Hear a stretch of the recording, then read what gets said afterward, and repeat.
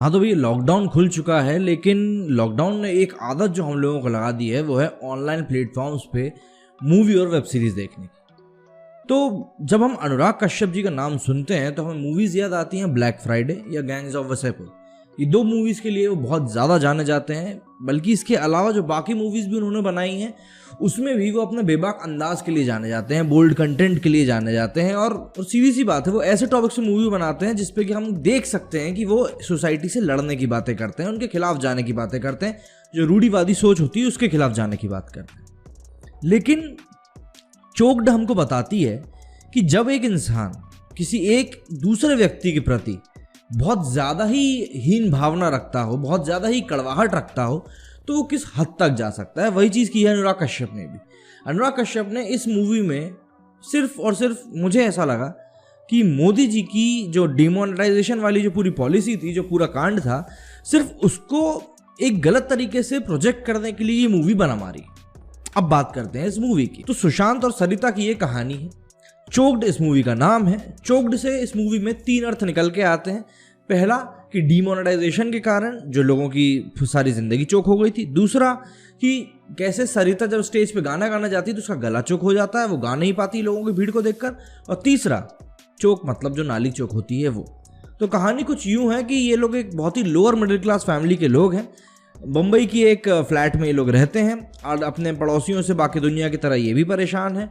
सरिता एक बैंक में कैशियर का जॉब करती है, जिससे कि वो और ज़्यादा परेशान है क्योंकि उसकी ग्रोथ वहाँ पे हो नहीं रही है। 25,000 में आखिर वो कब तक अपना घर चलाएगी, ऐसा उसका कहना है। वहीं उसका पति सुशांत एक स्ट्रगलर है। मुंबई में अधिकतर लोग स्ट्रगलर के नाम से ही जाने जाते हैं और वो एक म्यूजिशियन बनना चाहता है। लेकिन इसी एक पूरी कोशिश के दौरान उसने कई सारी जॉब बदल दी हैं, जिसके कारण वो अपने दोस्तों के बीच में बीवी के नाम से भी जाना जाता है, जिससे कि वो चिढ़ता है। तो वहाँ पे उसकी छवि को दबाने की कोशिश भी की गई है। इसी उधेड़-बुन के बीच में उनका एक लड़का भी है जो कि उन दोनों के बीच में एक मैसेंजर का काम करते करते फंस चुका है और उन दोनों को अपना अपना सही पॉइंट सिद्ध कराने का एक जरिया बन चुका है। इसी उधेड़-बुन में पूरा फर्स्ट हाफ निकल जाता है। आप लोग सोचते रहते हैं कि अब कुछ होगा, अब कुछ होगा। इसी में पूरा फर्स्ट हाफ निकल जाता है। सेकंड हाफ में डिमोनेटाइजेशन हमारे सामने आता है और उसके एन पहले सरिता को यह पता चलता है कि उसके किचन के वॉश बेसिन के नीचे वाले पाइप में से, जिसमें से कि काला गंदा पानी बाहर आया करता था, उसमें से कुछ पैकेट्स में नोटों की गड्डियां भी बाहर आ रही हैं, जिसमें कि 1000 और 500 के नोट हैं। वो अपने बैंक में ले जाकर उसको क्रॉस चेक भी करती है कि असली है कि नहीं। वहां से उसको पता चलता है कि वो असली है, लेकिन फिर पड़ता है डिमोनेटाइजेशन का डंडा और वो अपने आप को फिर से एक बार हारा हुआ महसूस करती।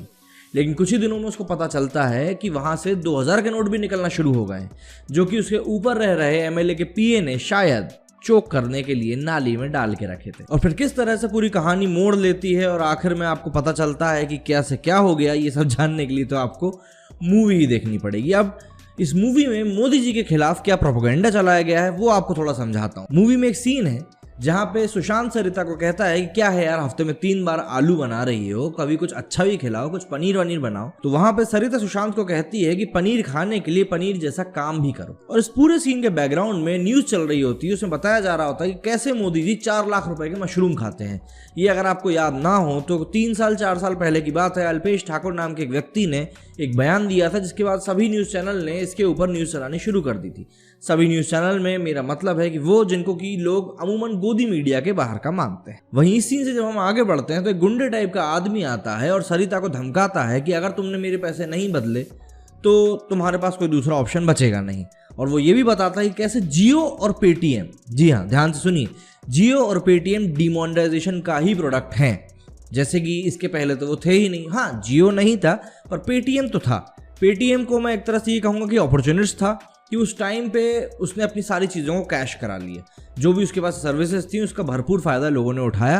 तो एक अपॉर्चुनिस्ट कहना ज़्यादा सही होगा। लेकिन क्योंकि इन दोनों ही चीज़ों से मोदी जी का नाम जोड़ा गया था तो उन दोनों का नाम भी यहाँ पे डाल दिया गया और ज़्यादा डिग्रेड करने के लिए। और इसी के साथ इसमें यह भी दिखाया गया है कि कैसे बैंकों में लोगों को परेशानी हुई थी और जिन लोगों के घर में शादी ब्याह थे उन्होंने कैश जो घर पर निकाल के रखा था, डिमोनेटाइजेशन के कारण उनको कैसी परेशानी हुई थी, ये भी इसमें दिखाया गया है। बेसिकली डिमोनेटाइजेशन कितना बुरा था ये बताया गया है।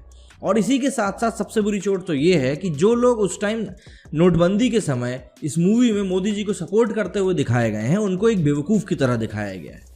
एक सीन है जहाँ पे सुशांत कहता है कि मोदी जी जो हैं चाय बेचा करते थे, उन्होंने तो अपने घर का त्याग कर दिया और ऐसा वैसा। तो उनकी बीवी कहती है कि हाँ, वो अपनी बीवी को छोड़कर हिमालय भी चले गए थे, तुम भी चले जाओ, मुझ पर कृपा होगी। तो इस पूरी मूवी में अनुराग कश्यप ने अपनी पूरी खिसियाहट निकाली है और उस मूवी को देखकर कोई पॉइंट समझ में नहीं आता कि ये मूवी बनाई क्यों गई है। एंड तक आप यही सोचते रहते हो शायद अब कुछ अच्छा होगा, अब कुछ अच्छा होगा, लेकिन पूरी मूवी निकल जाती है और आपके हाथ लगती है तो सिर्फ और सिर्फ निराशा। तो अगर आप भी ये मूवी देखने का प्लान कर रहे हैं तो 10 बार सोच लीजिए, क्योंकि इस मूवी को देखने के बाद मुझे नहीं लगता कि कुछ पॉइंट आप अपने आप को प्रूव कर पाएंगे। ना तो आपको हंसी आएगी, ना तो आपको ट्रेजेडी फील होगी, ना तो आपको थ्रिल फील होगा, कुछ भी फील नहीं होगा। इन दी एंड आपको लगेगा कि यार ये मूवी मैंने क्यों देख ली। तो मेरे इस वीडियो में बस इतना ही। अगर पसंद आया तो उसको शेयर ज़रूर कीजिएगा। जय हिंद, जय भारत।